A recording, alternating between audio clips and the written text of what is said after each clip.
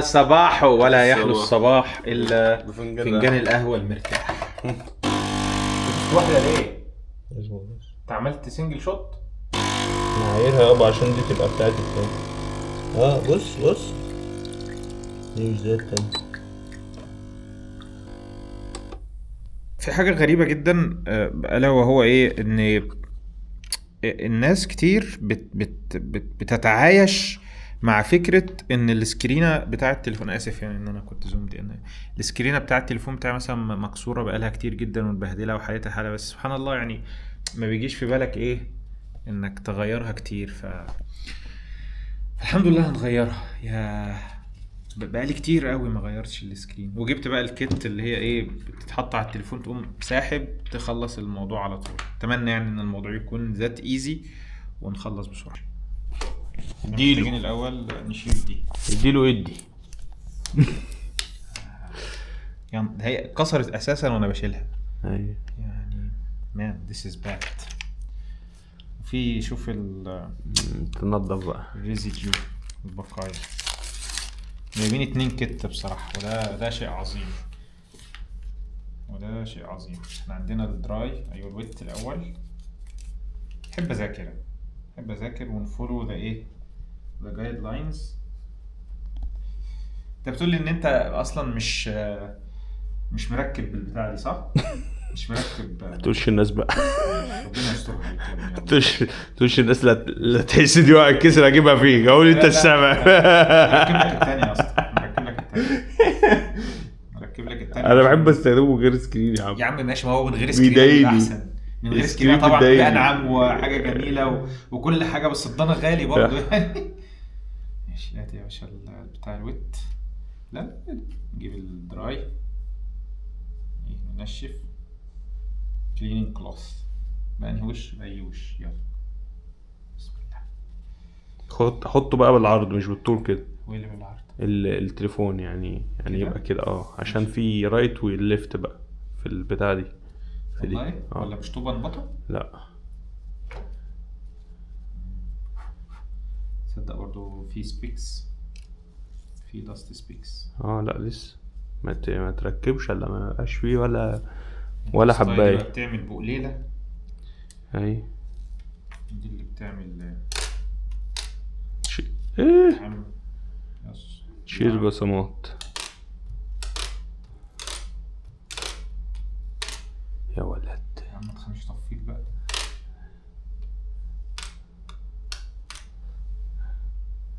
اهم حاجه الحواف، حوالين الحواف. خليها على ظهرها وانت بتحطها، ما تحطهاش على وش. ايه اللي على ظهرها؟ اللزق يعني. هطفي البتاع ده عشان ايه؟ بيزاولك.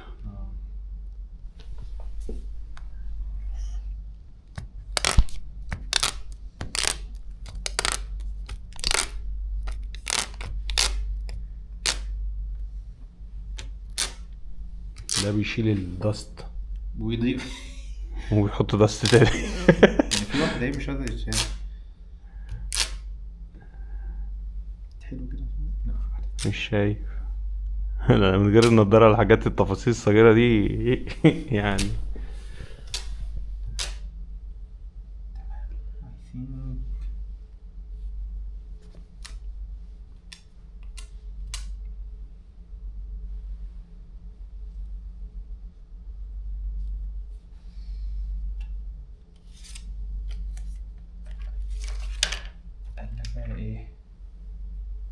حط الفتحتين دول عند التوب، فتحتين عند التوب. ايوه استنى كده، فين التوب؟ بول داون. يبقى كده. لا كده. شوف السكرين نفسها، شوف الكاميرا كده بسم الله. كده صح. اللي ايه تمام كده صح. لبس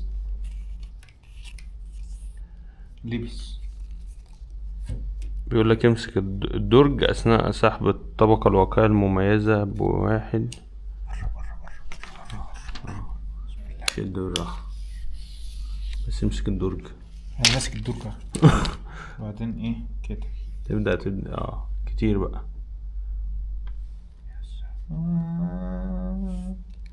خلصت. لسه دي استنى. بيقول لك حرك اصبعك على الاخدود وانتظر حتى 10 ثواني حتى يتم توصيل واقي الشاشة بالكامل للشاشة. انا حاسس ان في بقليل هنا. استر على رب. بعدين بنقوم شادين ايه بقى؟ شد دي رايت وليفت صح؟ ضع اصبعك على داخل الاخدود الموجود على الجانب الايسر، يعني دوس هنا من الدرج واضغط برفق على الشاشة، ثم استخدم اليد الاخرى لرفع الدرج والطبقة الواقية العلوية حتى تتم ازالته. يعني انت تدوس هنا كده وارفع بقى من هنا. ارفع من هنا كده برفق. فين السكرين؟ اهي هتركب بس في بقليل. في بقليل فين بقى؟ بقليل اهي وبقول لها استنى نجيب الكارت ده.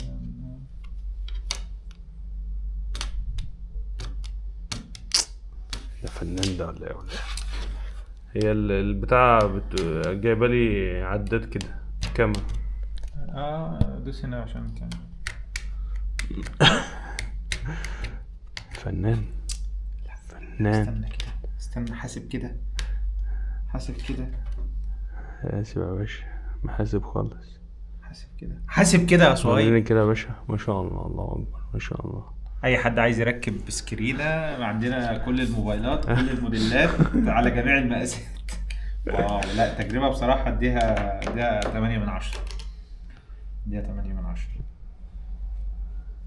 دي الاتنين راحوا فين يا باشا؟ كلتهم في بطنك؟ انهي اتنين؟ لا ما الاتنين عشان في بشوف اعلانات لشركات بتعمل حاجات زي دي، اللي هو بتقوم مركبه تشيلش هم اي حاجه، تشد دي من هنا وشد دي من هنا وخلاص. حتى لو في داست، حتى لو في بتاع عاملين طبقه تشيل الداست وتشيل الكلام الفارغ ده، واخد بالك؟ فهو هنا برضو بيحتاج منك شويه تركيز والاخدود والحاجات دي، بس تمام يعني. تمام قول از جود والله. يلا بينا، انت جاهز؟ يلا بينا عشان نروح مشوارنا. بسم الله. نعمه برضو يا اخي عن التانية. نعمه وجميل. الله، ياه انا شكلي احب استخدم التليفون ولا ايه؟ هكسر دي عشان اقلل استخدام التليفون. هيعملها ولا ايه؟ يلا يا باشا. في واحده اهي كمان، هي ستيبن. دي بصراحه من الحاجات الكويسه جدا ان الشركات بتدي لك اتنين علشان لو واحده باظت يبقى معاك ايه محاوله تانية، تديك محاولتين. وده شيء عظيم بصراحه، يعني انا اقدره بشده في هذا الامر. حط الاخاديد. وده مش اعلان طبعا يعني، بس لقيت ان ديت عليها عرض كويس وبسعر كويس فجبناها للقط الاسم يعني. بس لو الشركه حابه تبعت لنا حاجه يعني احنا موجودين. كانت كده بس هي كده زي كده متهيألي ولا لا؟ كنا في مكان وبعدين ايه المفروض ان في باريستا واقف عشان يعمل قهوه للناس. ايوه حلو. الراجل ده بشكله الجميل ده راح له عشان يعمل له فلات وايت. قال لك ايه بقى؟ انا رحت قلت له شايف لي خلف الاسوار قوي ولابسين اسود رحت قلت له 1 فلات وايت بليز. فالراجل يعني ايه، كنا يعني الساعه 4:30 كده، فنهايه يوم وانا يعني عذره يعني شغال، فهو ايه مكشر كده والشجر. قلت له لا وزاوت شجر. تمام. فروحت كده لفيت لفه وراجع باخد الفلات وايت بتاعتي. فاذا وانا باخد الفلات وايت واحده جيت تمام، قالت له كلمه واحده بس، قالت له هلو. الراجل بقى الابتسامه من هنا لهنا ياخد دي وانت ميديوم روست ولا ما كانش في خيار ميديوم روست شجر ولا من غير شجر عشان انت صدقناش. والله العظيم يعني كان موقف عجيب صراحه.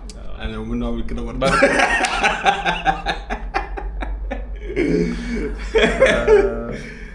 ماشي يا عم، ماشي بس انا يعني يلا مش مشكله. وانا لازم ارقق صوتي يعني عشان مش هينفع برضه. ما هو المشكله انه مش صوت مش بالصوت بالصوره. والله وانا باخد الفلات وايت ببص انا متاكد انا ببص الاقي انسان اخر الابتسامه. بص شفت الجوكر من اول ايوه يا باشا ايوه. وبقى في يعني ايه نفسه اتفتحت على الحياه وبقى توكاتيف وبتاع. فالحمد لله على كل خد دوبامين هيت. الحمد لله والله. القهوه شربت القهوه نيمتني يا اخي. قهوه من غير وش حرفيا يعني، من غير وش ومن غير وش. والان مع المفاجاه الكبرى. دلوقتي مستر صهيب اند اي هنقعد جلسه كده نعمل حاجه قويه جدا يا جماعه. نعمل فاليو اللي يعرفوها يبقوا عمل هيعرفوا. بنعمل الفاليو بروبوزيشن والاوفر وحاجات كده خاصه بيه اكسكلوسيف كوميونتي. شغال عليه بقالي سنه مثلا، وورطت نفسي بناء على نصيحه هزار. خلاص يعني مبلوج امبارح ورط. سبحان الله يعني عملت الفيديو ده ولا ألقي له بالا يعني. سبحان الله. كنا عاملينه في السخنه ما كانش ليه مكان يصور. انت عارف ان قبلها انا كنت لسه مركب محلول. انا خدت المحلول يعني. سبحان الله. هو برضه كان التزام من حديد بصراحه، ان الواحد كل كام شهر، وكنا حاجزين الفندق ودافعين كل حاجه، وجيت عييت. خدت محلول قبل السفر، وخدت المحلول التاني اول ما عملنا تشيك ان. دخلت مراتي علقت لي المحلول، خلصته وقمت صورت. ودي كانت توريطه برضه. سبحان الله يعني. كنت انت لما كنت كنت رايح على البحر كده ماشي لحد ما لقيت مكان يعني. وسبحان الله لم يكن يعلم ان هو بيصور الفيديو ده، ان الفيديو ده هيكون واحد من اشهر الفيديوهات اللي بتقتطع وبتتاخد هو وبتاع. الواحد لو مش هيبقى مبسوط بفنجان قهوه. دي من اكتر الحاجات بصراحه. والواحد هو يعني سبحان الله وبتاع السفر برضه سافر. فسبحان الله الانسان وهو بيكتب او بيسجل او بيتكلم، هو لا يدري اثر هذا الامر ممكن يوصل لحد فين. وممكن الشيء ياخد وقت على ما يتيك اوف، او على ما يركب موجة، او على ما يوصل. سبحان الله يعني. افتكر سلسلة السيرة بتاعت احمد عامر. انت متخيل ان سلسلة السيرة دي يا صهيب قعدت سنة مثلا ما حدش عارفها؟ صح وفجأة اهو الناس كلها سمعتها عارفين. فانت نمبر 1 يعني، رقم 1 في الشارتس على كل منصات البودكاست ما شاء الله عليها يعني. كل ما اخش الاقي نمبر 1 بودكاست هو سلسلة السيرة. فانت لا تدري ففقط ابعت ودي يعني. واحدة من افضل الكلمات والمصطلحات المعبرة جدا جدا جدا جدا انا بحبها دلوقتي هو ودي. ابعت، ودي، انشر، اكتب كتير كتير كتير. لانك بشكل بصورة او باخرى بتزود statistically احتمالية انك تطلع حاجة كويسة او حاجة تنطلق يعني. انت ما تطلعش الحاجات كويسة يا عم صهيب ما تطبليش يا استاذ احمد. يا عم الاستاذ احمد يا جدع انت انا عارف بس ما بقولش كده. لعلها خير، والله لعلها خير، بل مو لعلها، أنا أقول لك إنها خيرة من الله سبحانه وتعالى. تلك الأقدار التي أساءتك والله إنها خيرة، وتلك الضيقة التي انتابتك تراها خيرة، وذاك الموعد اللي راح عليك والله هذا ما لا يراه الكثيرون خلف الكواليس، البين والجين وكل الحاجات الجميلة. لكن ربنا يبارك له. الدكتور أحمد ساعدنا بشكل جبار في هذا الأمر. احمد عنده IPTV نلبسوه قضية مصنفات. صهيب بيترد على البارد هو كمان اهو. ايوه انا سمعت الطرقعة من هنا. عاش سلامات. دي حلوه قوي. فكيت ها. ايوه بتفك البني ادم من جوه. يس الساعة كام يا صهيب؟ الساعة كام؟ الساعة 2 باين ولا كام؟ عندي في اللابتوب 12. وانت لسه على ما انا عامل اللابتوب على مصر عشان بكلمهم على الواتساب في مصر.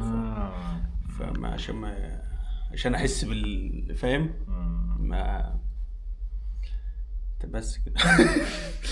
عشان ما اقعدش على الكونفرت كل شويه الساعه هنا كام الساعه هنا كام الساعه الموبايل واحده وتيجي. هم يا باشا انت الراجل البيزنس اونر، المفروض هم اللي يظبطوا لك على مواعيدك. ده في احلامك في خيالك في خيالك. انا لما كنت موظف مش بعمل كده. عشان كده مش كان احسن لما كنت بتخلص شغلك الساعه وتروح تنام. ده كلام برضه، موظفين على الله ان شاء الله. مفيش حد بينام يا باشا. انت جاي الحياه دي مش عشان تنام، عشان تشقى. دي احنا قاعدين في الاضاءه الخفيفه ليه. الحاجات العميقه اللي بتتقال بعد الساعه 12 دي، اللي احنا جايين الحياه عشان نشقى. طبعا. انا بصراحه الانسان في كبد. نعم. وعشان ننور الضلمه في حاجه انا مبسوط بيها قوي. ممكن نور الكشاف. خليني اوصلها لك. وهي مثلا ايه، انا مثلا اهو شوف يعني الدنيا هنا ضلمه نسبيا، يعني انا بصراحه بحب اشوف وانا بعمل ده. فهوب شوف بحرك كده ايه ده ايه اللي حصل؟ يا نهار ابيض سنسور اضاءه بسنسور. بصراحه ما كنتش عارف اعمل بيها ايه، كنت اجيبها كده عشان اوضه النوم والسرير وبتاع، بس طلعت صغيره شويه. بس سبحان الله هي دي وقتها يعني. فطبعا مع الاضاءه دي بتكون عظيمه جدا جدا وبتنور الدنيا يعني. فاحنا بس كنا عشان ايه ننور الضلمه يا استاذ صهيب يعني، عشان ننور الضلمه. لازم ننور الضلمه. عايز حاجه بقى عشان انا ماشي؟ يلا رايح فين؟ انا عايز انام يا باشا. خلاص يا عم تسيبني سيبك للاحزان.